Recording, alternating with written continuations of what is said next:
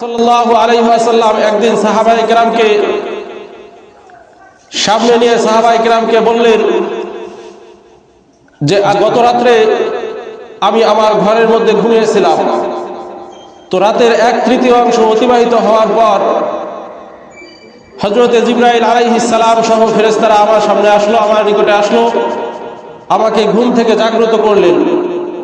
আমি পরিপূর্ণ জাগ্রত হওয়ার পূর্বে অর্ধ জাগ্রত হওয়া অবস্থায় হযরতে জিবরাইল আলাইহিস সালাম সহ ফেরেশতারা আমাকে ধরে মক্কাতুল মুকাররমায় নিয়ে গেল। এই মক্কার গেটের সামনে নিয়ে আমাকে সেখানে নিয়ে পরিপূর্ণ জাগ্রত করার পরে হযরতে জিবরাইল আলাইহিস সালাম সহ অন্যান্য ফেরেশতারা আমার বক্ষ বিদীর্ণ করে বক্ষ চিরে আমার কলব আমার আত্মাকে জমজমের পানি দ্বারা পরিশুদ্ধ করে ধৌত করার পর আমার সামনে একটি বুরাক নামক একটি জন্তু আল্লাহ রাব্বুল আলামিনের হুকুমে তারা আনলো। এই জন্তুর ব্যাখ্যা, এই জন্তুর বিবরণ দিতে গিয়ে রাসূল পাক সাল্লাল্লাহু আলাইহি ওয়াসাল্লাম বলেন, বুরাক হচ্ছে খচ্চরের চাইতে ছোট একটা প্রাণী, ধবধবে সাদা। এই প্রাণীটার চলার গতি কেমন?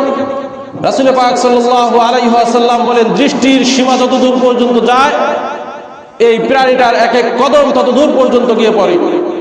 এত দ্রুতগামী একটা বাহন এই বোরাক। এই বোরাকের পিঠে আমাকে আরোহণ করানো হলো। রাসূল পাক সাল্লাল্লাহু আলাইহি ওয়াসাল্লাম বলেন, মক্কাতুল মুকাররমা থেকে আমাকে যখন আমার সিনা চাক করার পর আমার কলব আত্মাটাকে যখন পরিশুদ্ধ করানো হলো, এরপরে ফেরেশতারা আমাকে এই বোরাক নামক বাহনের উপরে আরোহণ করালেন। আরোহণ করানোর পর মুহূর্তের মধ্যে আমাকে মক্কা থেকে সফর করিয়ে এই বোরাকটা আমাকে বাইতুল মুকাদ্দাসে নিয়ে গেল। বাইতুল মুকাদ্দাসে যাওয়ার পরে আমি রাসূল পাক সাল্লাল্লাহু আলাইহি ওয়াসাল্লাম এই বোরাক নামক জন্তুটাকে একটা পাথরের সাথে বেঁধে দিলাম। বাইতুল মুকাদ্দাসের সামনে, মসজিদের সামনে তাকে বেঁধে দিলাম। বেঁধে দেওয়ার পর মসজিদের মধ্যে প্রবেশ করলাম। পবিত্রতা অর্জন করে আমি সেখানে তাহিয়াতুল মসজিদ 2 রাকাত নামাজ আদায় করলাম। নামাজ আদায় করার পর আল্লাহ রাব্বুল আলামিনের কুদরতে মসজিদের মধ্যে আসমান পর্যন্ত, আসমানে ওঠার জন্য আল্লাহ রাব্বুল আলামিনের পক্ষ থেকে আসমান থেকে একটা সিঁড়ি নেমে আসলো। এই সিঁড়ির ধরন কেমন আল্লাহ রাব্বুল আলামিনই ভালো জানেন। তবে আমাদের বর্তমান প্রযুক্তিগত উন্নতির সময় আমরা একটা ধারণা করতে পারি হয়তো সেটা লিফটের মতো ছিল, অথবা ওই যে চলমান সিঁড়ি আছে আমরা অনেকে দেখেছি, অটোমেটিকলি চলতে থাকে, এখানে দাঁড়ালে অটোমেটিকলি আপনাকে 5 তলা 10 তলায় নিয়ে যাবে। লিফটের মাধ্যমে আপনাকে 20 তলা 25 তলা 30 তলায় নিয়ে যাইতেছে। কিরকম ছিল সেটা আল্লাহ রাব্বুল আলামিন ভালো জানেন। রাসূল পাক সাল্লাল্লাহু আলাইহি ওয়াসাল্লাম বলেন যে আমাকে এই ঊর্ধ্ব জগতে উঠানোর জন্য আল্লাহ পাক রব্বুল আলামিনের পক্ষ থেকে মসজিদের মধ্যে একটা সিঁড়ি আনা হলো। হযরতে জিবরাইল আলাইহিস সালাম আমাকে বললেন, ইয়া রাসূলুল্লাহ, ইয়া হাবিবাল্লাহ, এই সিঁড়ির মধ্যে আরোহণ করুন। আমি যখন এই সিঁড়ির মধ্যে আরোহণ করলাম, জিবরাইল আলাইহিস সালাম সহ আমাকে এই সিঁড়িটা প্রথম আসমানের নিকটে নিয়ে গেল। প্রথম আসমানের গেটের কাছে গিয়ে আসমানের প্রথম আসমানের গেটটা খুলে দেয়, দরজা খুলে দেয়।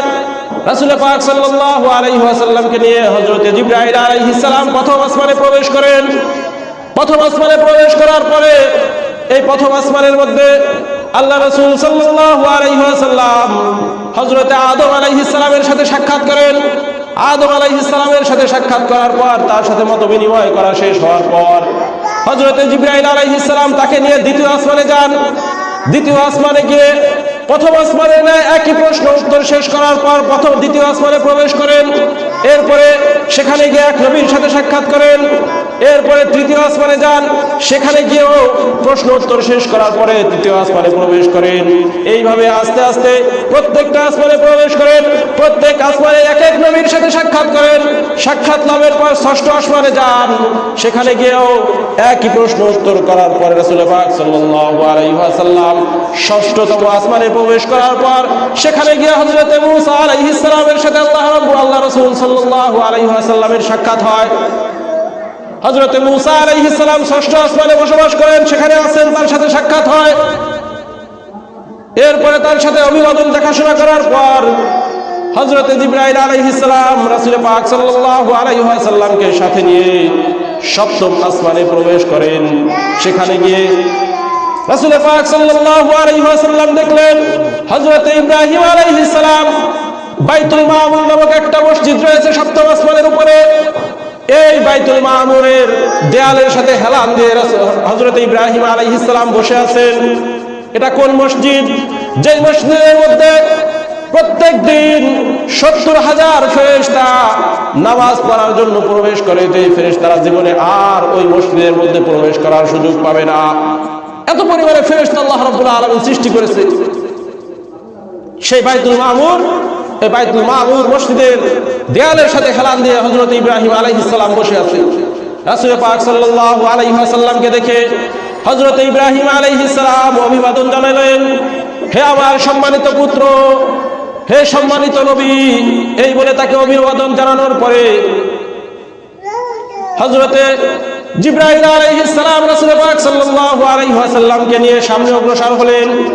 আস্তে আস্তে কিছু দূর সামনে যাওয়ার পরে সিদরাতুল মুনতাহা নামক একটা বড়ই গাছ, সিদরাতুল মুনতাহা, সেখানে একটা বড়ই গাছ। এই বড়ই গাছের পর্যন্ত পৌঁছানোর পরে হযরতে জিবরাইল আলাইহিস সালাম বললেন, এখান থেকে আর সামনে অগ্রসর হওয়ার অনুমতি আমার নাই, সুতরাং এখান থেকে আপনি একা একাই যান হেঁটে হেঁটে।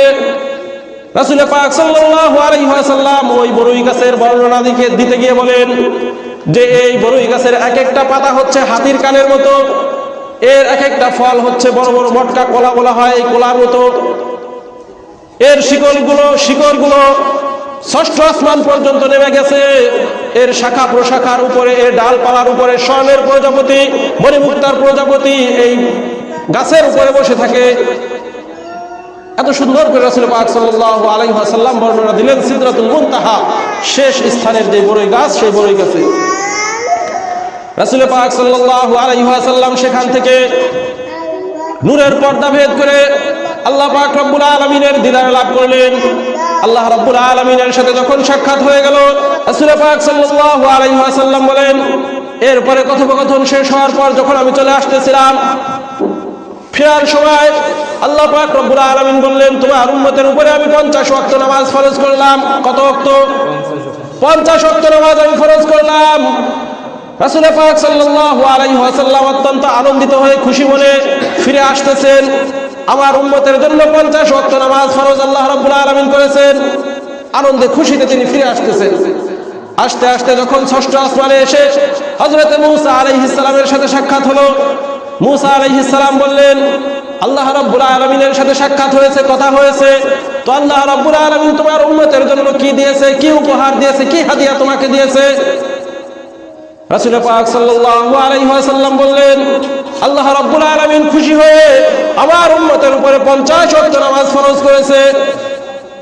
হযরত মূসা আলাইহিস সালাম বললেন, আপনার উম্মতে 50 ওয়াক্ত নামাজ আদায় করতে পারবে না, কারণ বনি ইসরাইলের মধ্যে আমি আল্লাহ রাব্বুল আলামিন আমাকে রাসূল নবী হিসেবে প্রেরণ করেছিল, তাদের সাথে চলাফেরা করে আমার উম্মত সম্পর্কে আমার অবগত আছে, আমি অবগত আছি। এই নামাজ আপনার উম্মত 50 ওয়াক্ত কখনোই আদায় করতে পারবে না। আপনি আল্লাহ রাব্বুল আলামিনের কাছে যান, গিয়ে সেখান থেকে কিছু কম করে নিয়ে আসুন। আল্লাহ রাসূল সাল্লাল্লাহু আলাইহি ওয়াসাল্লাম আবার পুনরায় রাসূল আল্লাহ রাব্বুল আলামিনের দরবারে গেলেন, আল্লাহ রাব্বুল আলামিনের কাছে দরখাস্ত পেশ করলেন। আল্লাহ রাব্বুল আলামিন বললেন, ঠিক আছে, 5 ওয়াক্ত কমিয়ে দিলাম। বাকি থাকলো কয় ওয়াক্ত? 45 ওয়াক্ত। এই 45 ওয়াক্ত নিয়ে আবার আসলো মূসা আলাইহিস সালামের কাছে। মূসা আলাইহিস সালাম বললেন, তাও পারবে না, আবার যান। আবার গেলেন, আবার 5 ওয়াক্ত কমায় দিলেন, বাকি থাকলো 40 ওয়াক্ত। 40 ওয়াক্ত নিয়ে আসলেন। হযরত মূসা আলাইহিস সালাম বললেন, এই 40 ওয়াক্ত পারবে না, আবার যান। এইভাবে আসতে যাইতে 9 বার আসা যাওয়া করার পর 5 লক্ষ 45 9 বার আসা যাওয়া হলো। 5 ওয়াক্ত করে প্রত্যেকবার 5 ওয়াক্ত করে কমানোর পরে বাকি রইল, অবশিষ্ট রইল 5 ওয়াক্ত। এই 5 ওয়াক্ত নিয়ে যখন ফিরে আসলো, হযরত মূসা আলাইহিস সালাম বললেন, এই 5 ওয়াক্ত আপনার উম্মত আদায় করতে পারবে না, আপনি আবার যান, গিয়ে আল্লাহ রাব্বুল আলামিনের কাছ থেকে আরো কমিয়ে নিয়ে আসুন। রাসূল পাক সাল্লাল্লাহু আলাইহি ওয়াসাল্লাম বললেন, মূসা আলাইহিস সালামকে বললেন, আমার লজ্জা করতেছে আল্লাহ রাব্বুল আলামিনের কাছে যাইতে, কাজেই আমি আর যেতে পারবো না। এই 5 ওয়াক্ত নিয়ে আমি উম্মতের কাছে চলে যাব। এই কথোপকথন যখন চলতেছে তাদের মধ্যে, আল্লাহ রাব্বুল আলামিন গায়বীভাবে আওয়াজ দিলেন। আপনার উম্মতের মধ্য থেকে যে ব্যক্তি এই 5 ওয়াক্ত নামাজ আদায় করবে, খুশু খুজুর সাথে তাদিল আর কারের সাথে যে ব্যক্তি 5 ওয়াক্ত নামাজ আদায় করবে, এই 50 ওয়াক্তের সমপরিমাণ সওয়াব আমি আল্লাহ রাব্বুল আলামিন তাকে দান করে দিব। সুবহানাল্লাহ। 5 ওয়াক্ত নামাজ যদি কেউ আদায় করে, গুরুত্ব সহকারে সময় মতো যদি আদায় করে, এই যে প্রথম যে 50 ওয়াক্ত নামাজ ফরজ ছিল, এই 50 ওয়াক্তের সমপরিমাণ সওয়াব আল্লাহ রাব্বুল আলামিন আমার আর আপনার আমলনামায় দিয়ে দিবেন। সুবহানাল্লাহ। রাসূল পাক সাল্লাল্লাহু আলাইহি ওয়াসাল্লাম আনন্দ চিত্তে খুশি হয়ে সেখান থেকে ফিরে আসলেন। এরপরে রাসূল পাক সাল্লাল্লাহু আলাইহি ওয়াসাল্লামকে আবার সেই বাইতুল মুকাদ্দাসে নামিয়ে দেওয়া হলো। বাইতুল মুকাদ্দাসে রাসূল পাক সাল্লাল্লাহু আলাইহি ওয়াসাল্লামকে বিদায় জানানোর জন্য ওই আসমানের মধ্যে যে সমস্ত নবীদের সাথে সাক্ষাৎ হয়েছিল, পূর্ববর্তী যে সমস্ত নবী রাসূলগণ এই দুনিয়ার মুখ থেকে গিয়েছে, সমস্ত নবীগণ, সমস্ত রাসূলগণ রাসূল পাক সাল্লাল্লাহু আলাইহি ওয়াসাল্লামকে বিদায় জানানোর জন্য বাইতুল মুকাদ্দাসে উপনীত হয়েছিল। সকলেই সমবেত হয়েছে, সকলে একত্রিত হয়েছে রাসূল পাক সাল্লাল্লাহু আলাইহি ওয়াসাল্লামকে বিদায় জানানোর জন্য। আমাদের বাড়িতে একজন মেহমান আসলে তাদের পিছনে পিছনে আমরা কিছু দূর যাই, তাকে আগায় দিয়ে আসার জন্য, যাই কিনা? ঠিক তদরূপ রাসূল পাক সাল্লাল্লাহু আলাইহি ওয়াসাল্লামকেও বিদায় জানানোর জন্য সমস্ত নবী রাসূলগণ এই বাইতুল মুকাদ্দাসে সমবেত হয়েছিল, তারা আগমন করেছিল রাসূল পাক সাল্লাল্লাহু আলাইহি ওয়াসাল্লামকে বিদায় জানানোর জন্য। যখন সেখানে আসলো ফজরের নামাজের সময় হয়ে গেল, আযানের পরে রাসূল পাক সাল্লাল্লাহু আলাইহি ওয়াসাল্লাম সমস্ত নবীদেরকে নিয়ে, সমস্ত রাসূলদেরকে নিয়ে রাসূল পাক সাল্লাল্লাহু আলাইহি ওয়াসাল্লামের ইমামতিতে সেখানে নামাজ আদায় করার পর রাসূল পাক সাল্লাল্লাহু আলাইহি ওয়াসাল্লামকে আবারও ওই বুরাকের মাধ্যমে মক্কা নগরীতে পৌঁছে দেওয়া হলো। মক্কা নগরীতে পৌঁছে দেওয়ার পর রাসূল পাক সাল্লাল্লাহু আলাইহি ওয়াসাল্লাম সকালবেলায় যখন এই ঘটনা সাহাবায়ে কেরামের কাছে বললেন, মক্কা নগরীর সমস্ত মানুষদেরকে যখন জানাজানি হয়ে গেল, তখন নবমুসলিম যারা ছিল, যারা কেবলমাত্র সবেমাত্র মুসলমান হয়েছে, এদের মধ্যে থেকে অনেকেই বেঈমান হয়ে গেল, অনেকেই অস্বীকার করে রাসূল পাক সাল্লাল্লাহু আলাইহি ওয়াসাল্লামকে মিথ্যাবাদী সাব্যস্ত করে ইসলাম থেকে তারা বের হয়ে গেল। এই কথা শুনে আরবের কাফেরেরা হাসাহাসি করতে লাগলো যে মুহাম্মদ নাকি এক রাতে মক্কা থেকে বাইতুল মুকাদ্দাসে গেছে, সেখান থেকে আবার এক রাতে আবার বাইতুল মুকাদ্দাস থেকে মক্কায় ফিরে এসেছে। এটা তো পশ্চিমকালেও সম্ভব নয়, কারণ মক্কা থেকে বাইতুল মুকাদ্দাস প্রায় 1557 কিলোমিটার, যেটা এক রাতে অতিক্রম করা গিয়ে আবার ফিরে আসা এটা কখনোই সম্ভব নয়। তখন মক্কার কাফেরেরা হযরতে আবু বকর সিদ্দিক রাদিয়াল্লাহু তাআলা আনহুর কাছে গেলেন। আবু বকর সিদ্দিক রাদিয়াল্লাহু তাআলা আনহু রাসূল পাক সাল্লাল্লাহু আলাইহি ওয়াসাল্লামের একজন অন্তরঙ্গ বন্ধু ছিল। আবু বকর সিদ্দিক রাদিয়াল্লাহু তাআলা আনহুকে বললেন, মক্কার কাফেরেরা শুনছো নাকি তোমার বন্ধু মুহাম্মদ, যাকে তুমি নবী হিসাবে বিশ্বাস করে নিয়েছো, সে কি বলে?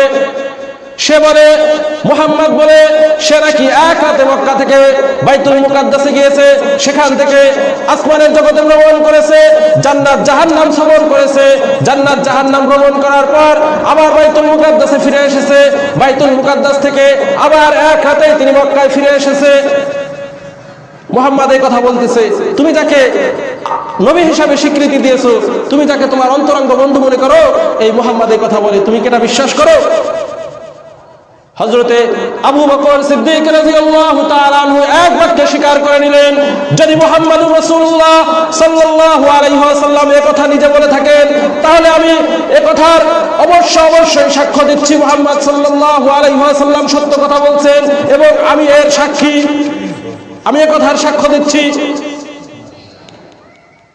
রাসূল পাক সাল্লাল্লাহু আলাইহি ওয়াসাল্লামের কাছে যখন হযরতে আবু বকর সিদ্দিক রাদিয়াল্লাহু তাআলা আনহু এই ঘটনা যখন পৌঁছাইলো যে আবু বকর সিদ্দিক রাদিয়াল্লাহু তাআলা আনহু আপনার মেরাজের কথা শোনার সাথে সাথে কোনো দ্বিধা দ্বন্দ্ব, কোনো সংশয় ছাড়াই এক বাক্যে তিনি স্বীকার করে নিয়েছে যে আপনার এই মেরাজের ঘটনা সত্য, তখন রাসূল পাক সাল্লাল্লাহু আলাইহি ওয়াসাল্লাম হযরতে আবু বকর সিদ্দিক রাদিয়াল্লাহু তাআলা আনহুকে বললেন, আজকের থেকে তোমার নাম শুধু আবু বকর নয়, আজকের থেকে তুমি হচ্ছে আবু বকর সিদ্দিক রাদিয়াল্লাহু তাআলা আনহু। সুবহানাল্লাহ। সত্যের সাথে